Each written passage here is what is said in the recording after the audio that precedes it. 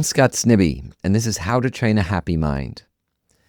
The meditation I'm leading today is a 20-minute version of the meditation sequence I share in the How to Train a Happy Mind podcast and book. The version I shared earlier in the podcast and book is about 40 minutes, and many people have asked for a shorter version of it, so I'm sharing this 20-minute version today. The stages are based on the Tibetan Buddhist lamrim, a sequence created more than 1,000 years ago by the Indian Master Atisha Dipankar. Over the past decade, I've adapted it into a non-religious form that transforms the mind from states of frustration, craving, and loneliness to states of satisfaction, connection, and meaning. We lead live meditations like this every Sunday in our Train a Happy Mind community, which you can join for free or by donation at trainahappymind.org. There's also an archive there of over 100 meditations I've led for the community over the past 2 years.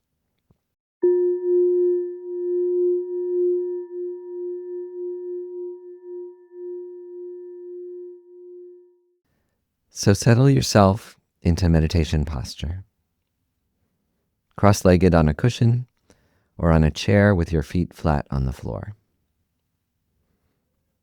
Set your right hand over the left in your lap, palms up with the tips of your thumbs touching, eyes half closed, your head tilted down. Then let all the parts of your body relax.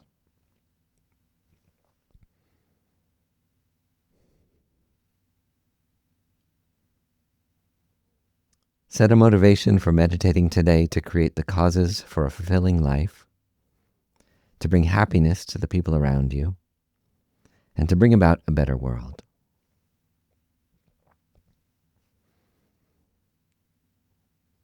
And then for a moment, bring your attention to your breath as it comes in and out of your nostrils or with the rise and fall of your abdomen.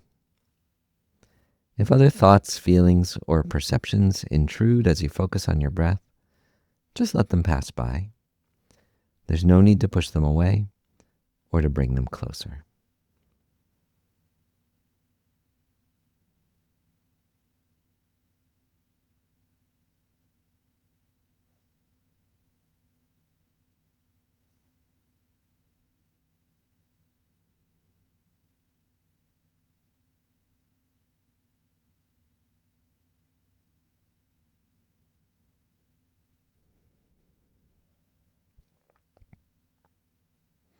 If you're listening to this, you woke up today, alive, in a body that's really a miracle when you think about it, with its capacity to think, create, communicate, express affection.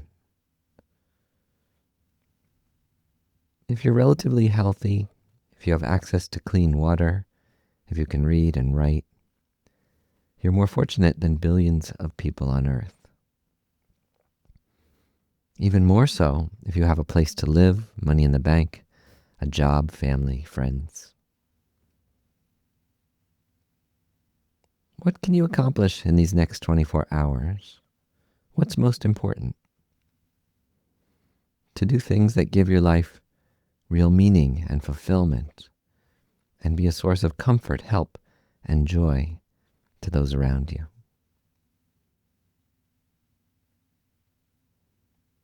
You've also found an interest in going beyond mere survival to probe the deeper questions of existence.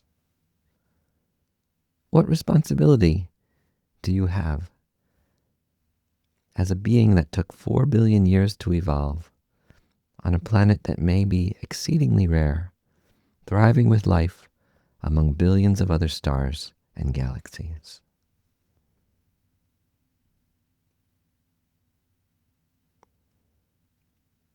Then look more deeply into what it means to be alive. Everything about you is constantly changing. Your body's organs, blood rushing through your veins, the signals of neurons zipping every which way. Trillions of cells, millions dying each second, millions newly born. Uncountable atoms of hydrogen, oxygen, nitrogen, carbon. To be alive is to change in every instant.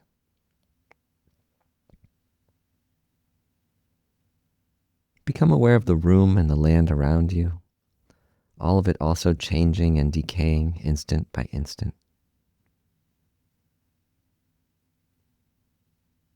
Then look inside your mind. Thoughts and feelings flash by. Happiness, sadness, yearning, fear, pain, revulsion, joy.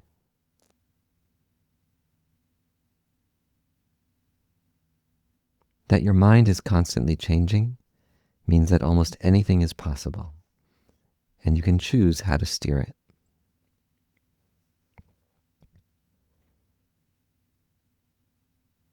Everything humans have achieved, agriculture, medicine, democracy, spaceflight, all of these started in the mind. Yet we often lose control of our minds and let anger and craving overtake us. To gain control over your mind, start by simply becoming aware of what appears in it. You can watch your thoughts, feelings, and perceptions. You can name them without being overcome by them. Try to see which bring happiness and which bring unpleasantness.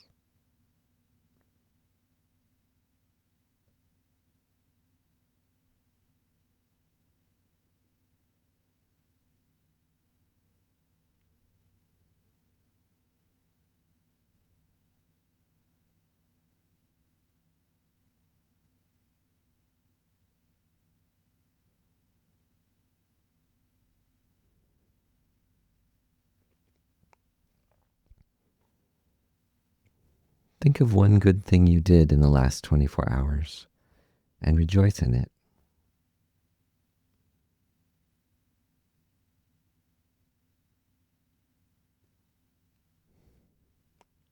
Then think of one thing you regret from the past 24 hours.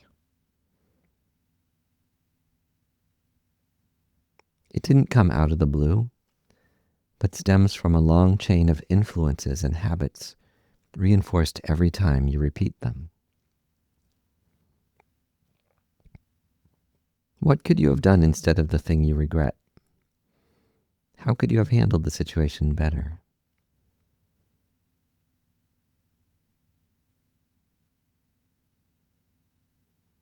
And now determine to act that way when it happens again.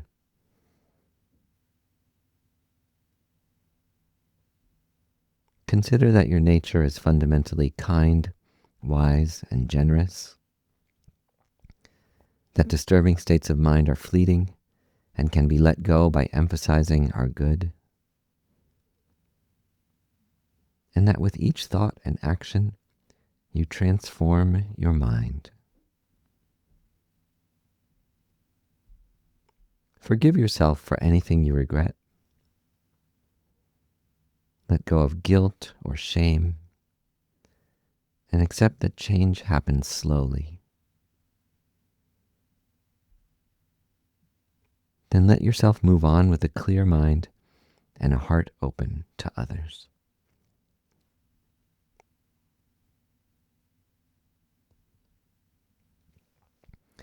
Your ability to change not only means you can steer your mind toward greater good, but also that you even have the potential of a Dalai Lama or a Martin Luther King Jr.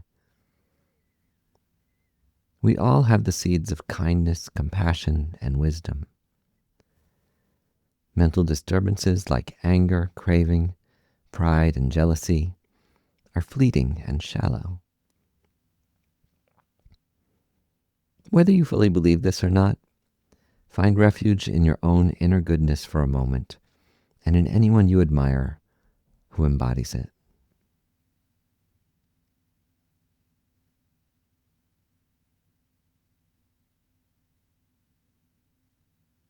Find refuge in your capacity to change and in everyone else's capacity to change for the better. In the chance to be compassionate toward others and to learn from our conflicts.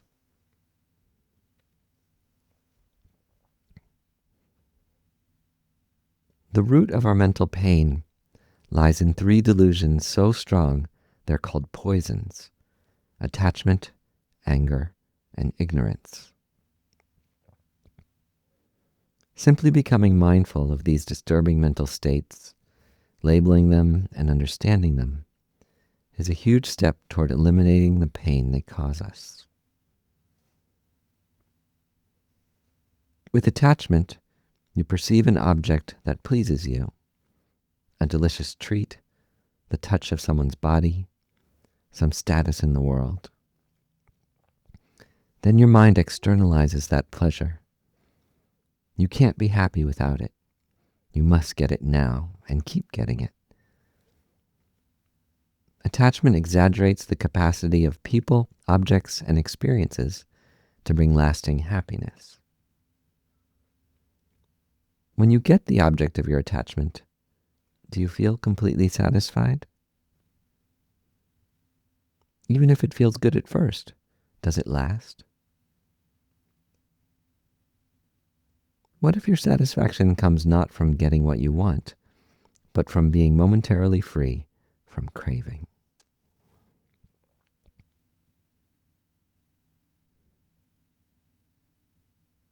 Anger is when something unpleasant occurs, but then you go beyond that to project exaggerated negative qualities onto the thing itself. With people, this often causes you to exaggerate so badly that you fail to see any good in them at all, and even wish to hurt them. Think of someone you're angry with right now to see if this is true.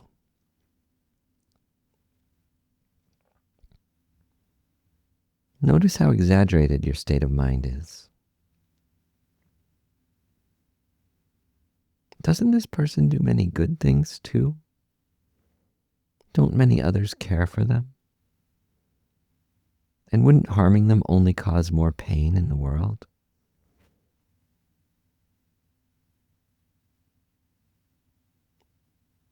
The delusion of ignorance is feeling separate, disconnected from the people and the world around us. It builds illusions of strong opposites, good and bad, delicious and disgusting, me and you. Ignorance turns into self-centeredness as you start absurdly to think that you are a little bit more important or less important than everyone else in the universe. Can you see through this delusion to reveal your interdependence with the world around you? To see that you're one among equals in a world of constantly changing, interconnected bodies, minds, and nature?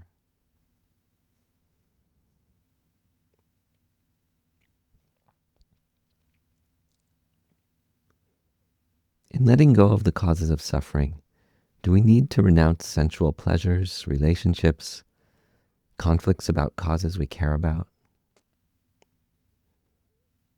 True renunciation doesn't mean giving up small pleasures like ice cream or hikes in the woods, or even giving up big ones like making love to your partner or enjoying family and friends.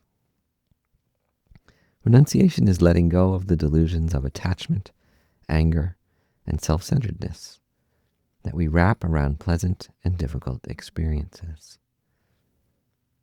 These keep us from genuinely enjoying life's pleasures and weathering its pains. When you imagine yourself free from craving, might everything in fact feel better? Without neediness and resentment, wouldn't your relationships be healthier and deeper?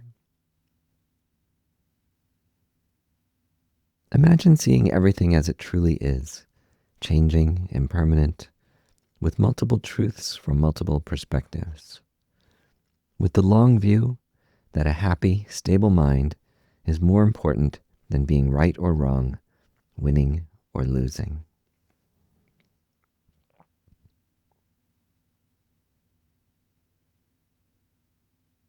When you renounce your self-centered delusions, your heart starts to soften. Your compassion grows. The first step into love and compassion is a practice of equanimity. Think of a friend, enemy, and stranger side by side in front of you. See how these labels come from seeing only how much they matter to you.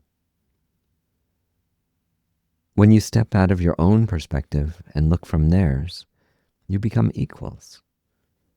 Each of you wants to be happy, and none of them want to suffer.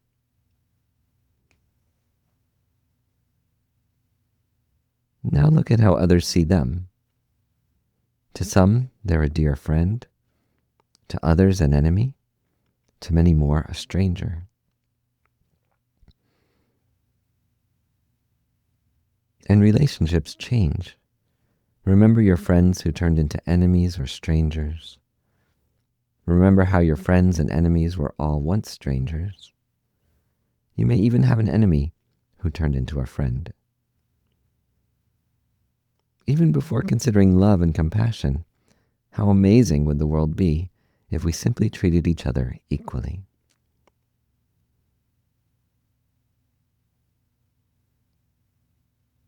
Then we advance to love, wishing others to be happy, granting them not only their basic dignities, but everything anyone could wish for. Start with the people you care about. Wish them all the material things they need: money, shelter, safety.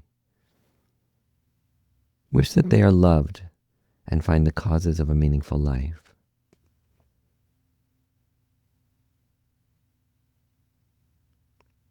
Now imagine your enemies, specific ones from your life and ones from the greater world. They want to be happy too.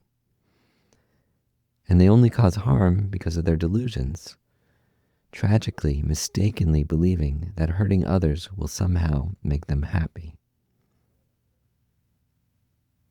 Wish your enemies happiness, and even that you might be a cause of their happiness. Because if your enemies were happy, they'd also stop harming others. Then imagine doing the same for everyone else on the planet, offering them everything material and mental they need to be happy.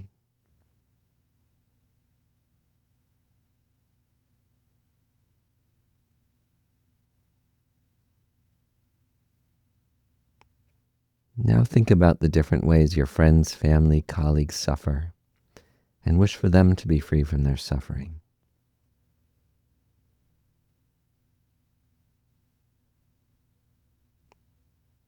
Imagine the hundreds of millions who also suffer through illness, financial problems, grief, conflict, injustice, mental illness,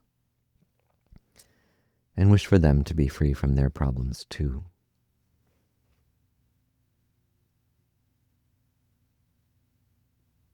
Extend your compassion to include those facing poverty, violence, racism, political oppression, being enslaved or sexually exploited. Wish for everyone in the world to be free from all this awful suffering.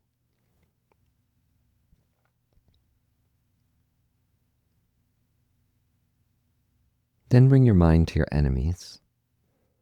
They also face problems with their mind, health, relationships, money. They don't want to suffer. Wish for them to be free from suffering too.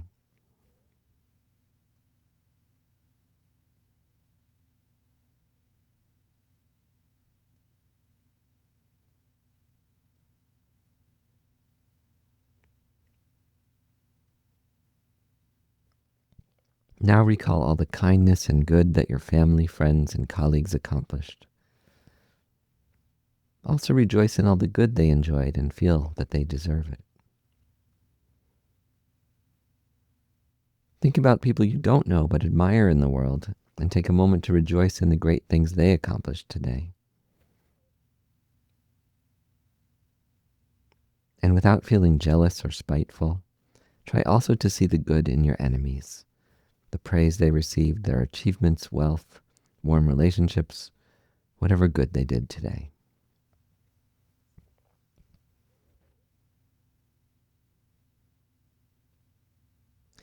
Now try to discover who you are at the deepest level.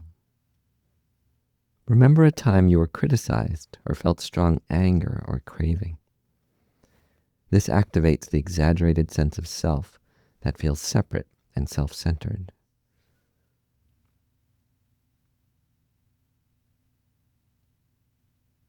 Move through the parts of your body like you did earlier while meditating on impermanence. Do you find this self anywhere within your body?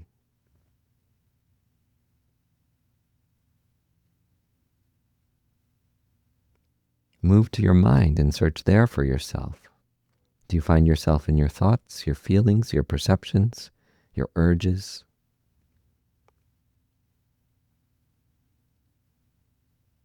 Search for yourself now in awareness itself, the place where those mental factors appear. Does this space feel big or small, bright or dark? Are you in some small corner of it or everywhere at once? The mind can also appear as moments of consciousness that come and go. Are you any one of those moments? Are you all of them? Or simply awareness diving forward into each new one?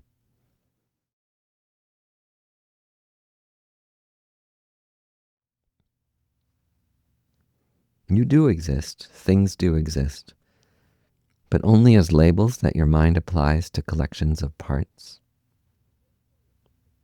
Everything comes together through endless chains of causes and effects, including you, who don't exist in the solid, unchanging, separate way that makes you feel lonely, needy, unsatisfied. You function perfectly well as a tumbling collection of parts without a center. In fact, better than when you cling to a solid, separate, frustrated self. Interdependence means that you're alive, changing, and interconnected with everything and everyone else in the universe. Your smallest harmful or beneficial acts have lasting impacts on the world and your mind. You can feel and express love and compassion.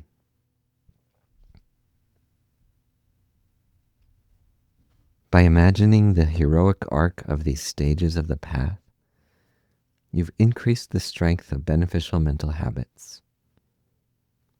And so we dedicate that all the good from this meditation result in kindness, insight, and joy as you go through your day and make the world a more compassionate, just, and beautiful place.